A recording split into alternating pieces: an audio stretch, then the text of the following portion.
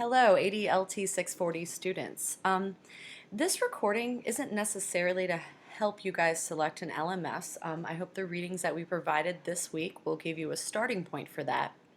But to just show you some of the sample layouts of how courses, sessions, and modules can be created in a course.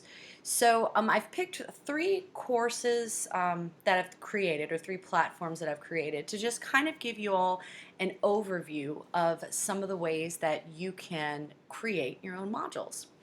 This first one is Course Sites. If you're familiar at all with Blackboard, it looks just like it. Course Sites is the free version of Blackboard that is allowed for anyone in education. So you all are entitled to free accounts on Course Sites with your VCU email address. This is what's considered kind of the most basic learning management system. When you log in, announcements are in the center. And if you'll see, I've left it on the edit mode so you can see what the instructor can do. I'll show you what the student mode looks like in a second. And the modules and the learning itself, all of the other information for the students is contained on the left. You see at the bottom there's a section called Modules. Now this is a course I maintain. This is the one I invited you all to join. I actually maintain this to do presentations for either classes I'm taking myself in my PhD program or for conferences and other demonstrations I have to do where I train people in online learning. So that's what you'll see there, is it's a lot of information about online learning in general. But in this particular setup, again, I'll put it on the student mode so that you can see what the students will see. As I said, announcements front and center, and content, modules, lessons, etc. are located on the left. Typically speaking, in a platform such as this, and it is true in Blackboard, instructors can change what these headings are called, how they're sorted, where these lines fall, the order, and things of that nature. In fact, I created this deliberately for the last presentation I did in the 731 class.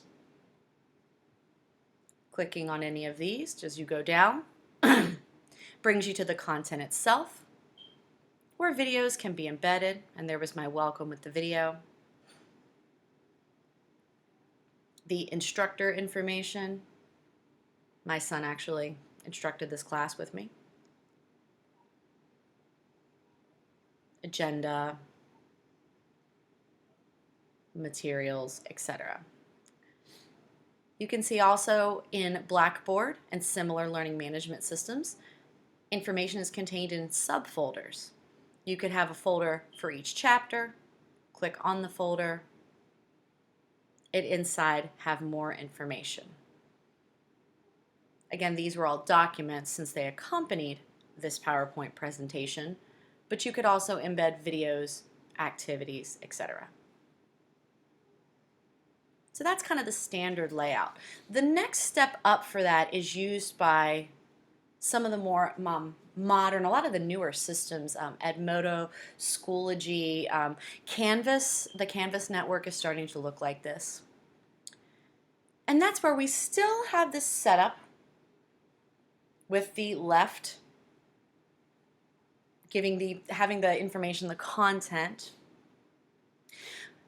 but the center is no longer just announcements. In fact, announcements have been moved over here.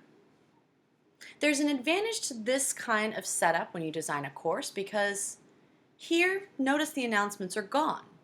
I have to go back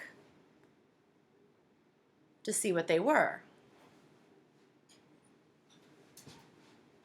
In this case, announcements, or what I've called upcoming, since this is actually a course I've created for my own children who are homeschooled, this stays here. I have set it in such a way where I will always have the announcements tracking on the side. So I can tell them due on Friday, and every day that my children will log into school this upcoming year, it will have under upcoming all the assignments that they will owe me by Friday. I also have their course set up to open to materials every time instead of announcements. So when they log in, they will always see their work first. There's no distraction by having something else or the grades or anything else there. They have to go over here to the left to get that information. However, it's still set up in that folder format. Let's see, I believe language arts I've begun to work in. Again, I can click on language arts.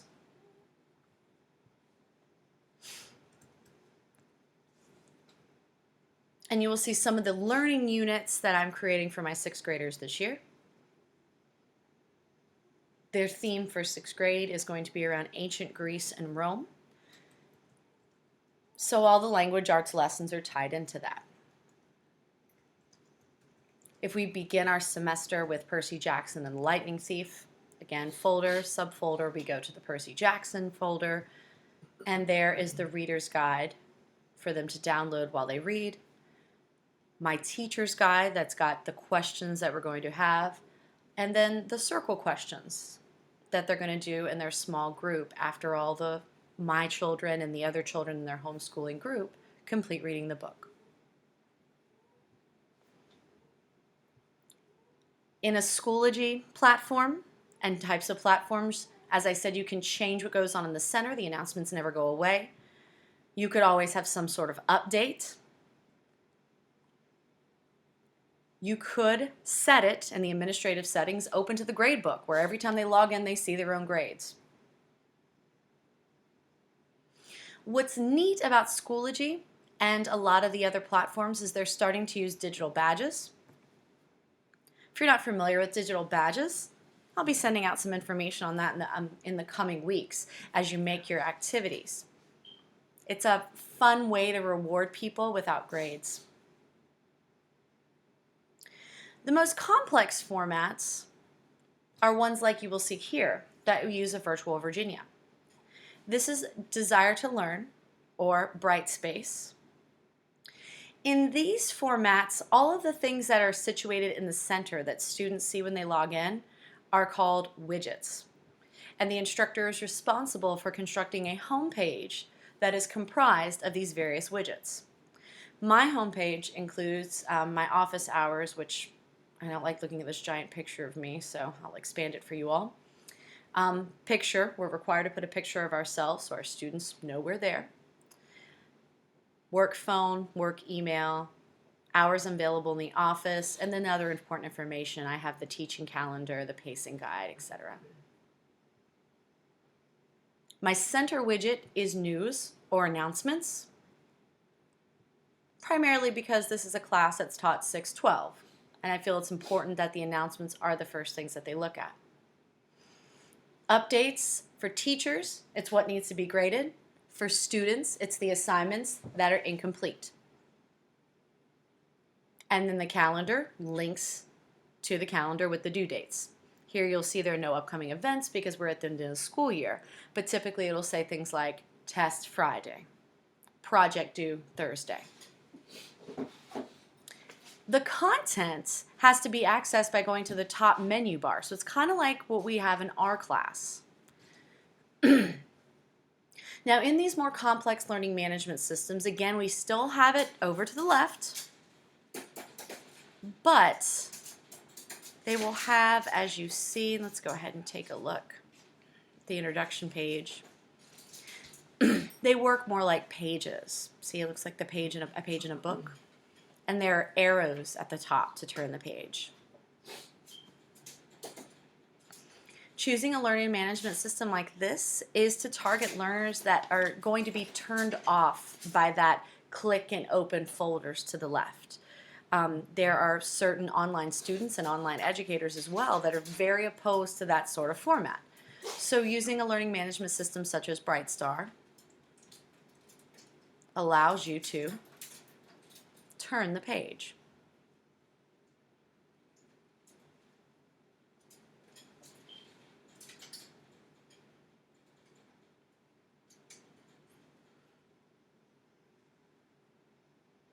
In all three systems, however, quizzes and activities are embedded with links, and they are also accessible on the sides.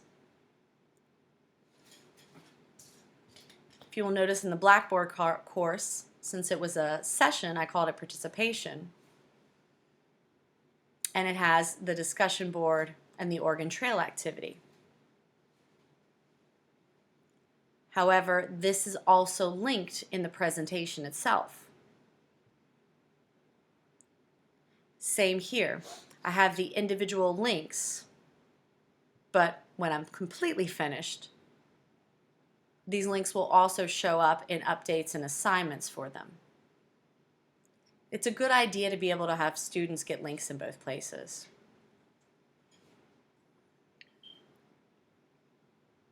Here as well, students can click, there's rubric, and it takes them to the rubric for this podcast, which is also available if they click here, rubrics at the top of the page. So that's just some examples of how you can lay out your module.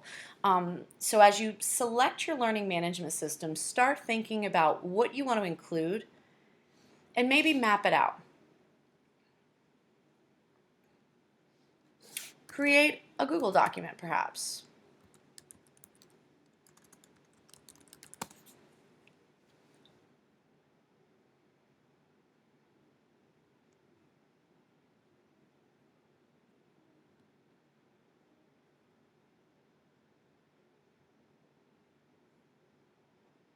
I like to create things in Google Sheets or the Google Drive just to kind of give myself an idea. So we know you're creating one module. You could map it out something like this: lesson, and then your instruction,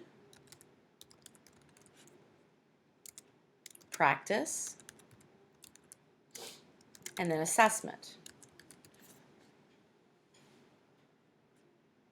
If I was teaching baking, maybe lesson 1, selecting ingredients.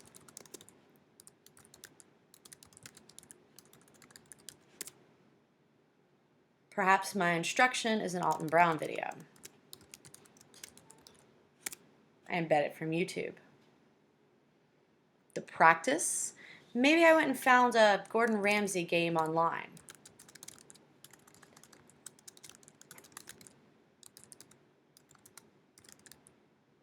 And then I put web link here.